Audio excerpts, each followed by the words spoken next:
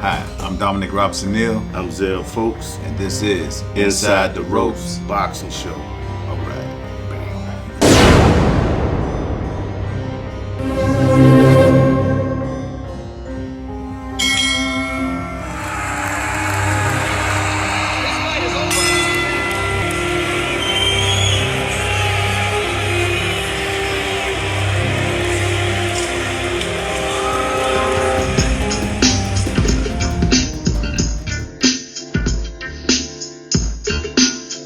Hi, I'm Dominic Robinson-Neal, boy Marlon Clemens, Coach Marlon. We here to talk about the Haney Loma fight. This is another edition of Inside the Ropes, and here we go. So Marlon, let me give you, matter of fact, let me start off with like this. Most people out there don't even know how to judge a doggone boxing match. All they do is see, they go on with the crowd, and most of the time, it's some bias behind commentary. So you could be watching a fight and listen to the commentator and get swooned by what he talking about when he don't even, I'm looking at the same fight, he don't even know what he talking about because he never put a glove on, he never had punches thrown at him, so he don't know. Like last night, prime example, every time Loma threw a punch, he's, oh man, Loma, I only have Loma down one round, saying stupid shit that he don't even know what he's talking about. Then he was going off and saying, every time Loma threw a fan-friendly punch, he was all in it too, but then they don't show the counter with Devin countering right behind him. Every time he shoot one, Devin will throw one right back. Right. You understand? Then Devin wasn't throwing fan-friendly punches. Devin was throwing body shots. He was actually technically boxing. Loma was throwing the oohs and ah punches to get the fans in, but what they got to realize, the judges ain't going by the oohs and ahs. It's a criteria that judges use for a professional boxing match. One is ring generalsmanship, the person that's controlling the fight, using his jab, controlling the pace, ring generalsmanship. Defense, hitting and not getting hit, right? That's another aspect of it, right? Clean, effective punching. I'm talking about punches where they're clean. You can actually see them, not no tap, tap, tap, tap, clean, effective punching, right? And the last thing is effective aggressiveness. Now you could be coming forward in a fight and getting pieced up, and that's not effective aggressiveness. Effective aggressiveness is when you coming forward, you touching the guy, you beating him up coming forward, you walking him down. That's effective aggressiveness, all right? So a lot of people don't know that. They're not just going off of, yeah, you hit him, oh, you got a couple fan-friendly punches, and that's not what the judges are looking at.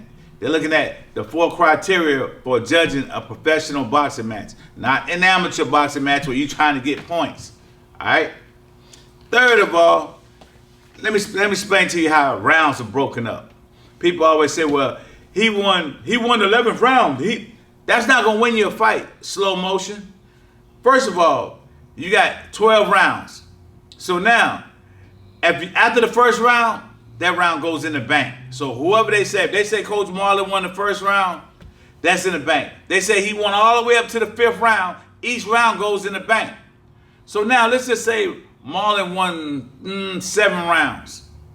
So it's only 12 rounds in the fight. Now, in the 11th round, I start coming on, beating him up.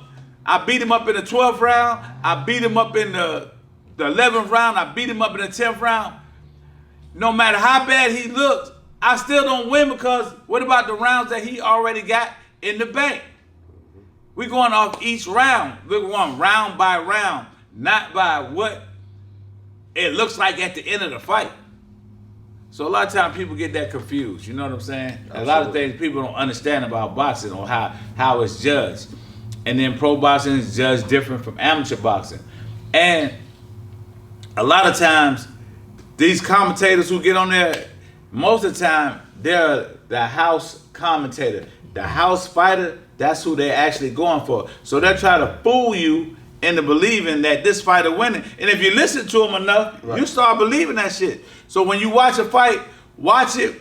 If you, like after you and your homeboys watch it, go back and watch the fight and turn the volume down. Once the volume's turned down, you watch the fight. I guarantee you'll see a whole nother fight that you, by listening to the commentator, you thought you didn't see. Body shots count. body shots count. Listen, let me tell you why body shots count. Body shots sap the life out you. I always tell these guys in here, start investing in the body early, then you ain't gonna have no problems at the end of the fight. When Loma tried to step on the gas, he couldn't. He only had a half a round of stepping on the gas because all his gas was gone from the body punch. Devin invested in the body early in the fight where he didn't have nothing in the tank when it came time to put Devin away. Usually Lomachenko will drown you. He couldn't drown Devin. Devin was smart. He hit him in the body early. Those body shots are worse than head shots. So if you don't know, come to the gym, let one of these dudes hit you in the stomach a couple times. Marlon, I've been talking the whole time. What you got to say? No, I was watching the fight. I actually scored it 114, but I'm not upset for Haney getting the decision. I see that Lomachenko came on strong in the 11th round. He had his opportunities to get Devin out of there, but he didn't have it in the gas tank. I was expecting him to step on the gas the entire 12th round, but there was nothing to step on. Like, he didn't have it in him. And so to actually beat the champion, you got to really beat him.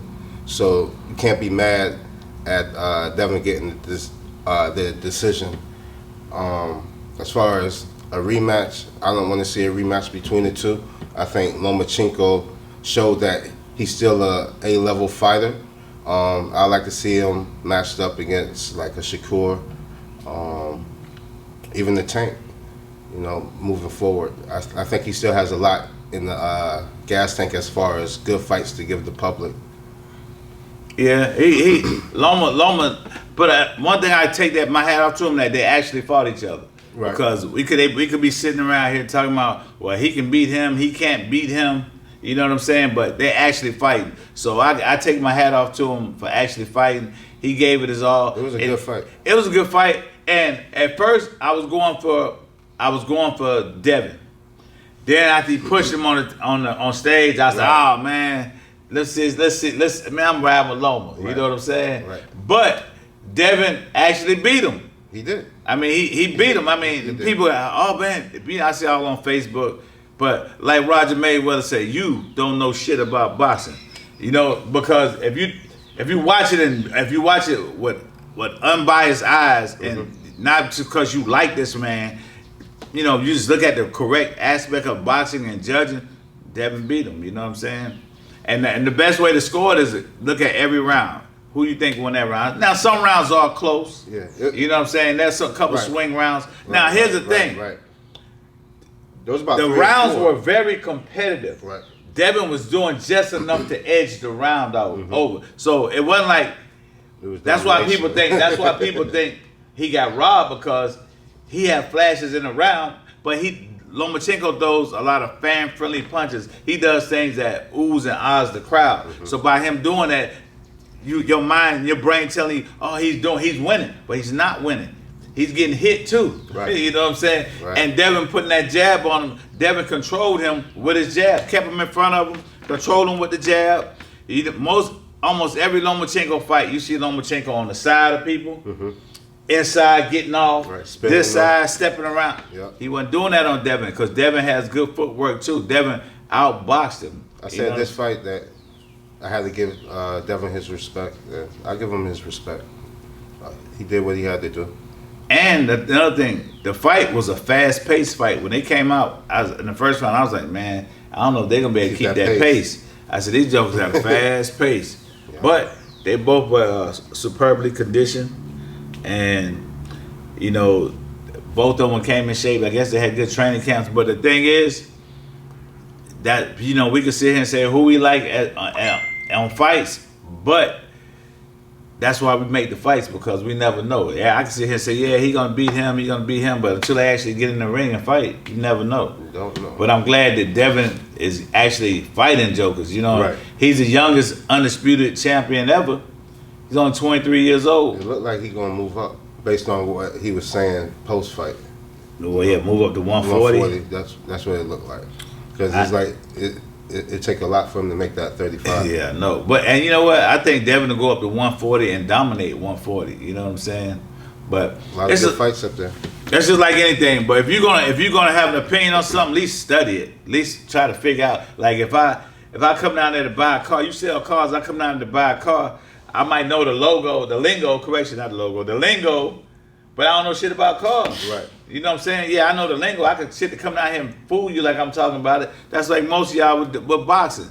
You understand what I'm saying? You see what you want to see. You put these false narratives. He was robbed. That man wasn't robbed. If anybody was robbed now, last week when Rody fought the old cat from Venezuela. Yeah, now that's robbery. That's what you call a robbery. At its finest. Yeah, not two guys actually getting in there. Right. You know what I'm saying? You have a opinion. You thought, well, I thought he won. Then I had one person, man, I'm out here at the venue and these people in here going crazy. I said, it's a fucking Loma crowd. It's a crowd. It's his crowd. They're supposed to feel like that. Right. You know what I'm saying? So of course they're gonna be mad. And if you had a fight, you're not gonna be able to see the fight the way I'm seeing the fight, looking at it on TV. It's different. Right, because you're seeing the oohs and ahs, listening, seeing the fan-friendly punches, seeing what you want to see, and a lot of these people who have opinion on fights, I promise you, they got a drink in their hand when they're watching the fight. You know what I'm saying? They got a drink in their hand when they're watching the fight, and then that liquor telling them he hit him with this, and that's not what happened. Right. You understand what I'm saying? But hey, I had to get that off my chest. It was a good fight last night. It was good for boxing. You know, what's the next big one coming up? Is it Tia? Teofimo Lopez fight with Josh Taylor. That's coming up. That's for all the straps, right? Yep. And who else fighting? No, don't Regis Progress have a belt? Yeah. Yeah, so they ain't for all not of for all of it. Yeah, so we got a couple good fights. Supposedly we got Wilder and Joshua in December. Hopefully we get Spencer Crawford, but if not, hey, it is what it is. You know what I'm saying? Yeah. Oh, women's boxing. Clarissa Shields versus Hannah Gabriel. That's gonna be a good fight too. When they fight? Within the next 2 months. Okay. I don't know the exact date. Oh, then we had a great little amateur show yesterday. A little kid, little J. Roy, went down there, got his first belt. My boy Bad News got robbed. Now that's what you call robbery. Stuff like that. But we ain't gonna get in there and complain. It is what it is. We be back to the drawing board. We get ready to go down to Miami. We be going up to Baltimore. Absolutely. So we taking the kids up there to get some work. Trying to hit the road. This has been another edition or episode of Inside the Ropes. Thank you for your time. See us again.